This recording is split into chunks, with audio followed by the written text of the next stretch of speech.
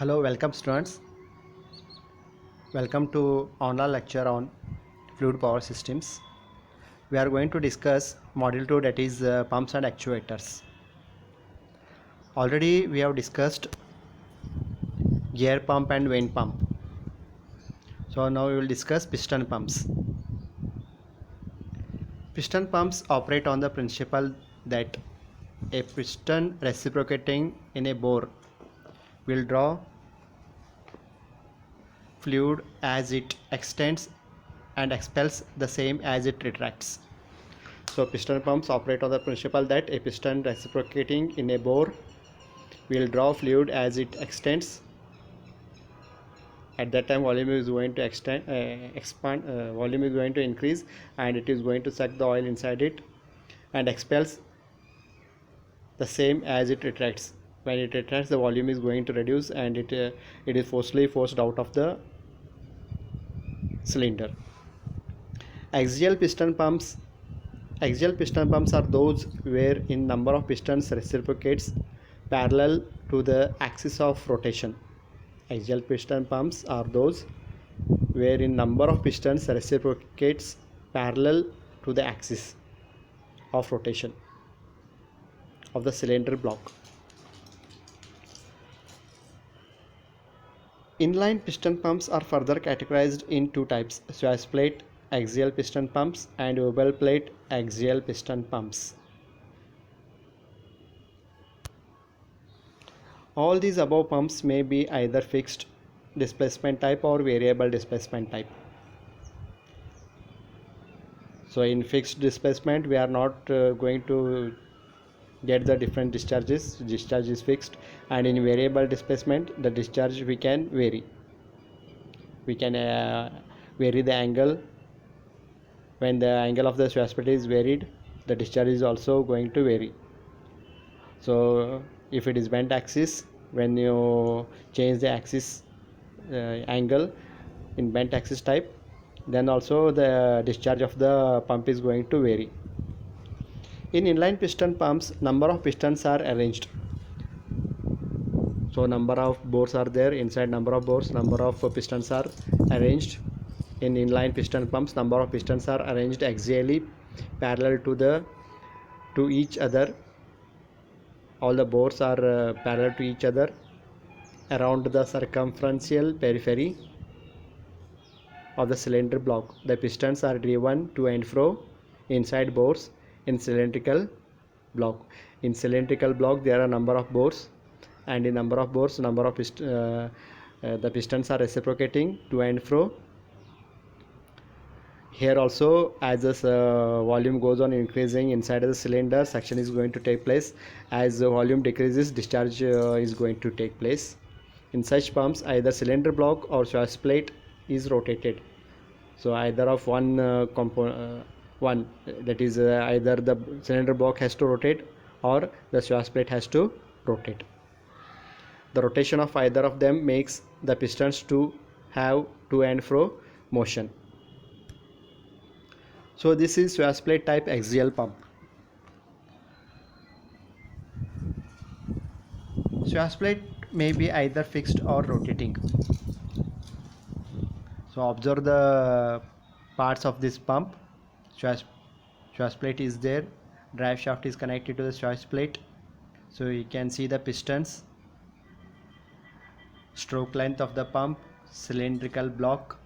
So inside the cylinder block there are a number of bores in which the pistons are going to reciprocate, outlet port and inlet ports. So these are the parts of the axial pump. Now we will see how it works. Swash plate may be either fixed or rotating. When the swash plate is fixed, then it is called fixed cam plate, and when it is rotating, it is called oval plate. In the case of fixed plate, the cylinder block containing the axial placed pistons is made to rotate. In the case of fixed plate, the cylinder block containing axial placed piston is made to rotate. The piston shoe and the shoe plate are all rotate against the fixed swash plate. As the cylinder block rotates, The piston shoe follows the surface of the Schwarz plate. Since the Schwarz plate is at an angle to the axis of the driving shaft or the axis of the piston has to reciprocate within the cylinder bore. Oil is drawn during the first half of the rotation and delivered through the second half of rotation of the cylinder block through the inlet and outlet ports of the port plate.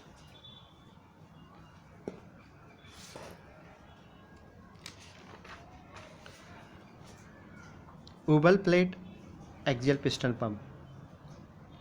In this case, the Schwarz plate is also called oval plate, is connected to the driving shaft and the cylinder block is fixed.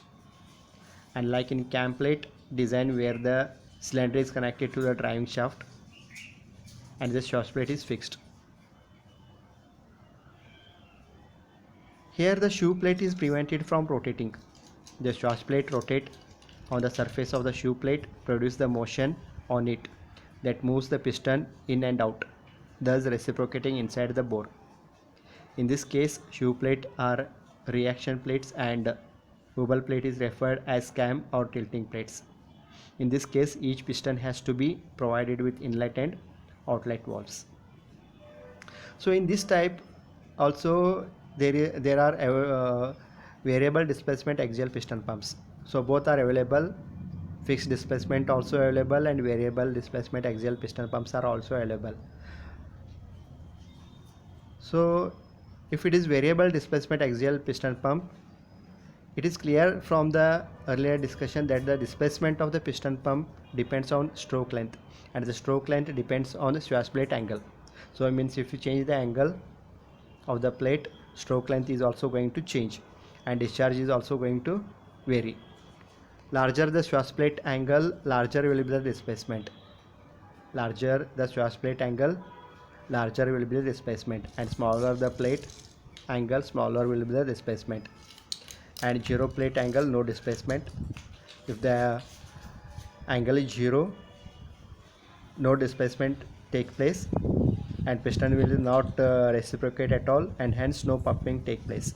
So larger the Schwarz plate angle, larger will be the displacement or discharge. The smaller the angle, smaller will be the discharge. And if the angle is zero, there is no displacement or discharge of the pump.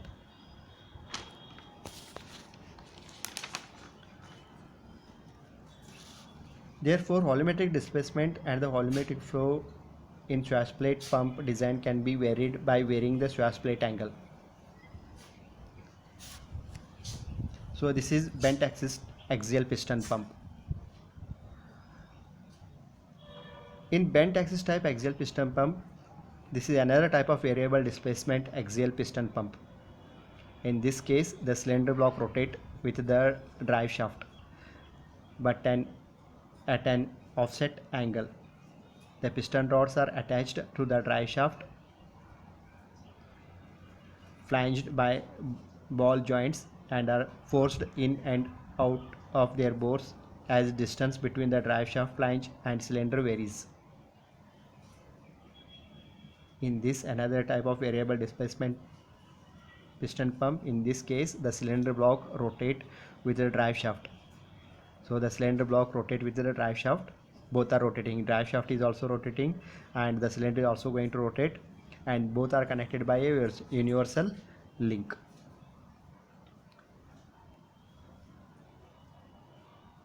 The cylinder block rotate with the drive shaft but an angle offset angle. The piston rods are attached to the drive shaft. The piston rods are attached to the drive shaft, flanged by ball joints and are forced in and out of the bores as the distance between the drive shaft flange and the cylinder varies. So here in the figure you can see that the gap between the plate and the cylinder block. So it is less at the bottom and more the gap is more at the top. Means when the both are rotating, drive shaft and cylinder rotating, the gap goes on increasing, means at that time the volume goes on increasing for half revolution of the cylinder. volume goes on increasing and suction is going to take place. For next half rotation of the cylinder, the volume goes on decreasing because the gap is going to reduce here due to that angle, and the volume goes on decreasing and the delivery is going to take place. So the drive shaft is connected to the electric motor. When you start the electric motor, the shaft will start to rotate along with the, since the both are connected by the universal joint, the cylinder block will also start to rotate.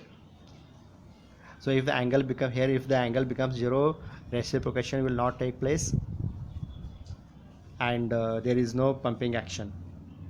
The discharge is 0 when angle is 0. A universal link is the cylinder block to the drive shaft to maintain alignment and to ensure that they turn together.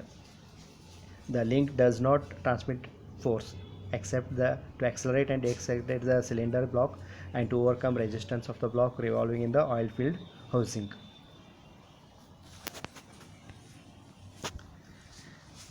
In operation, as the pump shaft or cylinder block rotates, the piston reciprocates since the piston shoe follow angled surface of Schwarz plate. The Schwarz plate induces the reciprocatory motion in the pistons.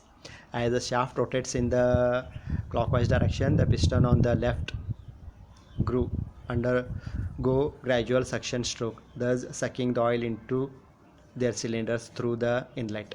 The piston on the right groove at the same time undergo gradual forward stroke, thereby pushing the oil from their cylinders. Though the outlet port to the discharge line, that means in one revolution half the number of pistons causes suction of the fluid and other half the number of pistons causes pushing stroke. In bent axis type, the construction is similar to the Schwarz plate type pump, except that the angle required to create the piston stroke is provided by the bent axis drive shaft instead of the Schwarz plate. The drive plate and the cylinder block are connected with the universal joint so that the motion is transmitted through the bent axis. The bent axis of the drive shaft leads to reciprocatory motion of the pistons in the cylinder block. Radial piston pump.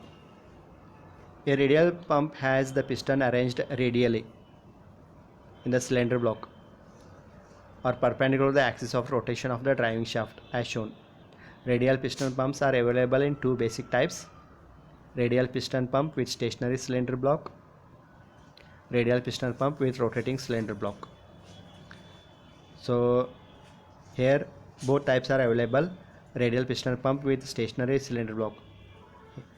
Stationary cylinder block, at that time camering is rotating. Radial piston pump with rotating cylinder block, so cylinder block is rotating and cam is fixed.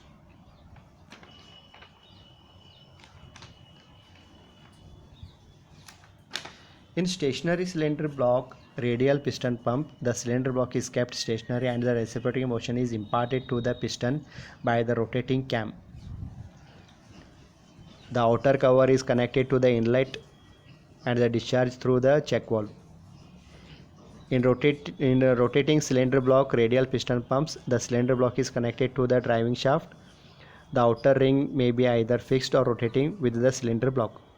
Along with the cylinder, the piston confined by thrust ring reciprocates into the slots provided in the cylinder block, causing pumping action.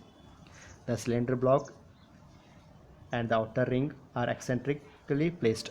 The pistons are thrown out by centrifugal force and pushed back because of eccentricity between the rotor ring and cylindrical block.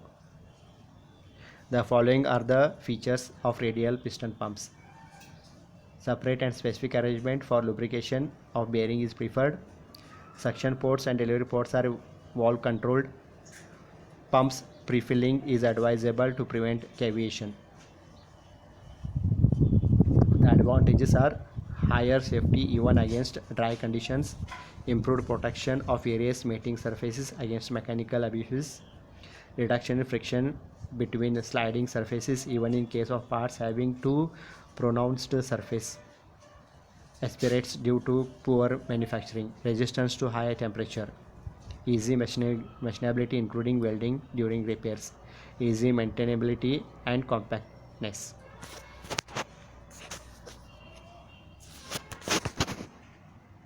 So this is the figure of this radial pump. So here you can see the radial cylinders. Inside that cylinders, pistons are going to rotate. So we will continue other things in next class. Thank you.